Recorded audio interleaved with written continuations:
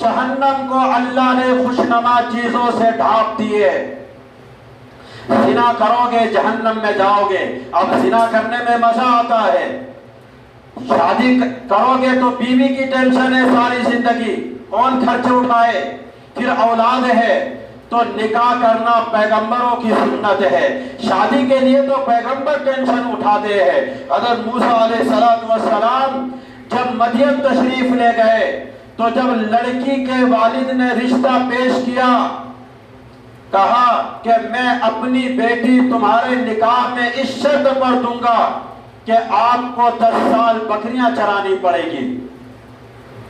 حضرت موسیٰ علیہ السلام نے کہا کہ مجھے یہ پیشکش منظور ہے, قبول ہے. انہوں نے یہ نہیں کہا کہ یہ شادی ودی کیا, کون اتنے سال بکریاں چرائے, ایسا نہیں ہو سکتا.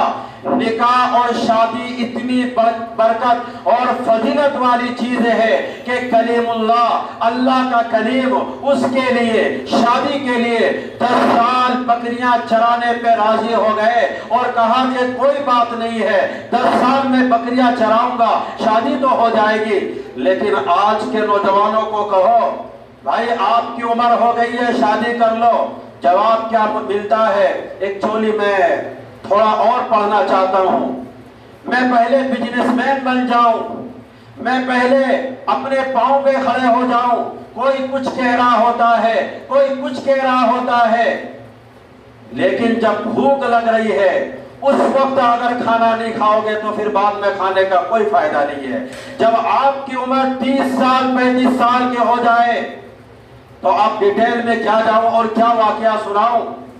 مسجد ہے مناسب نہیں ہے, صرف اور صرف خالی جذبات رہ جائیں گے اور کچھ بھی نہیں رہے گا. اگر 30 سال 35 سال کی عمر میں شادی کرو گے تو سوائے جذبات کے اور کچھ باقی نہیں رہے گا. دیکھیے ایک چیز کے ٹائم اللہ نے رکھا ہے کہ بالغ ہو جائے نکاح کرو, اور اللہ نے کیا کہا کہ اعتماد اور بھروسہ مجھ پر رکھو. قرآن کہتا ہے یکونوا فقراء یغنیہم اللہ من فضلی, کہ تم نکاح کرو, اگر تم فقیر ہوگے اللہ اپنے فضل سے غنی کر دے گا, اللہ اپنے فضل سے مالدار کر دے گا. کیوں؟ نکاح پیغمبروں کی سنت ہے. زنا کرنا, غیر محرم لڑکیوں سے دوستیاں لگانا یہ کافروں کا طریقہ ہے, یہ غیروں کا طریقہ ہے جو پیغمبر اور نبیوں کا دشمن ہے. تو جہنم کو اللہ نے کس چیز سے ڈھانپا؟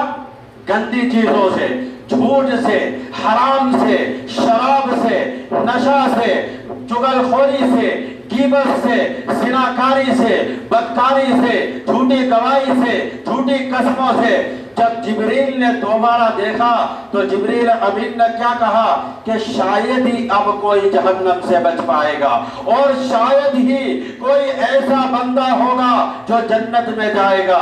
لیکن اللہ رب العزت اپنے نیک بندوں کو گناہوں سے بچنے کی توفیق دے دیتے ہیں, اور گناہوں سے بچنا کوئی مشکل کام نہیں ہے.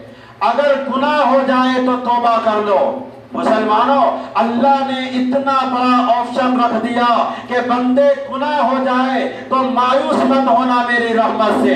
گناہ ہو جائے توبہ کرو کہ اللہ میں تجھ سے وعدہ کرتا ہوں میں آئندہ یہ گناہ نہیں کروں گا. پھر گناہ ہو جائے پھر توبہ کرو کہ اللہ مجھ سے گناہ ہو گیا, مجھے معاف کر دے, میں آئندہ یہ گناہ نہیں کروں گا.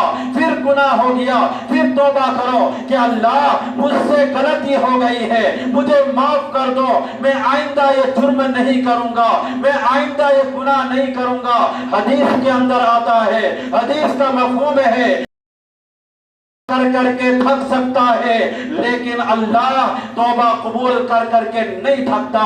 لیکن پہلے آپ کوشش تو کریں, پہلے آپ گناہوں سے بچنے کی کوشش کریں, برائیوں سے بچنے کی کوشش کریں, نماز کی پابندی کی کوشش کریں. جس کے اندر غیرت ہوتی ہے, جس کے اندر حیا ہوتی ہے, جس کے اندر شرم ہوتی ہے, وہ کنجوسی کے طعنے کو برداشت نہیں کرتا.